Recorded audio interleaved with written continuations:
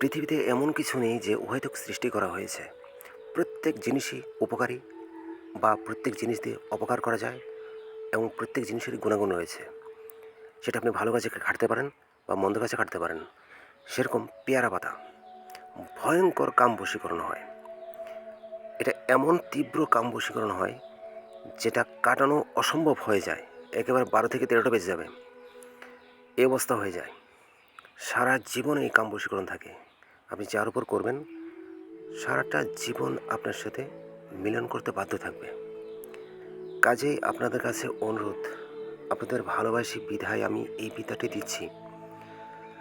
কারো জীবনটা নষ্ট করবেন না, হ্যাঁ?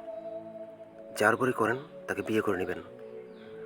ওই রাগের বশত, আক্রোশের বশত কারো জীবনটা নষ্ট করবেন না।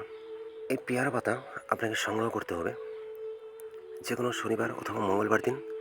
সূর্য যখন উঠে, মানে সূর্য উঠতেছে, কিছুটা উঠেছে, ঠিক এই টাইমে আপনাকে পেয়ারা পাতা ছিঁড়তে হবে। যেখানে খুশি সেখান থেকে ছিঁড়লে কিন্তু হবে না।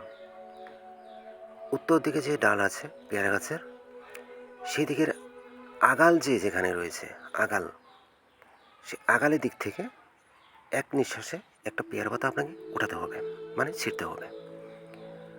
ছেঁড়ার পর যখন আপনি ছিঁড়বেন ওই টাইমে কিন্তু আপনার চোখ বন্ধ করে ছিঁড়তে হবে। আপনি নিঃশ্বাস বন্ধ করলেন, চোখ বন্ধ করলেন, এরপর টান দিয়ে ছিঁড়ে নিলেন। প্রথমে আপনি পাতা হাতে ধরবেন, ধরে নিঃশ্বাস বন্ধ করবেন, চোখ বন্ধ করবেন, এরপর এক টানে ছিঁড়বেন। তারপর আপনি চোখ খুলুন, নিঃশ্বাস ছেড়ে দিন।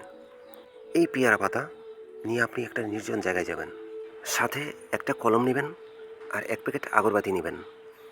দেখুন, একটু পরিশ্রম করুন। এটা পরিশ্রম না, দেখুন, আপনার স্বার্থ সিদ্ধির জন্য, উদ্দেশ্য পূরণের জন্য এটা কোনো ব্যাপারই না। কাজ মাত্র 2 মিনিটের। এই 2 মিনিট সময় তো আপনি দিতে পারবেন, তাই না? তার বদল তো আপনি ভালো জিনিস পাচ্ছেন। তো আপনি নির্জন জায়গায় গিয়ে উত্তর দিকে আসন দিয়ে বসবেন, সামনে আগরবাতি ধরিয়ে দিবেন। আপনার কাছে যে পাতা রয়েছে পেয়ারা পাতা, সেইটাতে আগরবাতির ধোঁয়া দিবেন।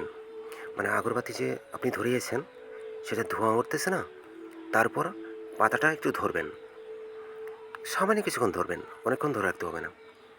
এরপর আপনার কাছে যে কলম আছে সেই কলম দিয়ে পেয়ারা পাতাতে, যার উপর আপনি এই কাম বশীকরণটা করবেন, আপনি চাচ্ছেন যে সে আমার সাথে নিজে থেকে এসে মিলন করুক এবং সারা জীবন সেটা করে যাক, তার নামটা লিখবেন।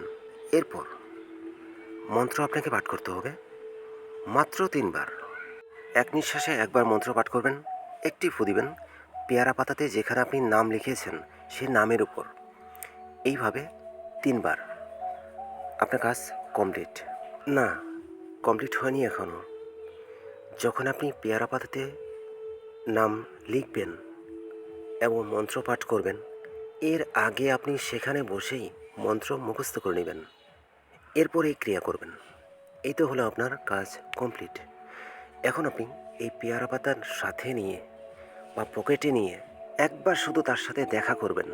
সে যেন আপনাকে এক পলক হলেও দেখে। দেখা মাত্র সে ঘূর্ণিঝড়ের মতো দৌড়ায় আপনার কাছে চলে আসবে এবং বলবে, তোমার যা ইচ্ছা আমার সাথে করো। আপনি আপনার কাজ পেয়ে যাবেন। সবাই ভালো থাকেন।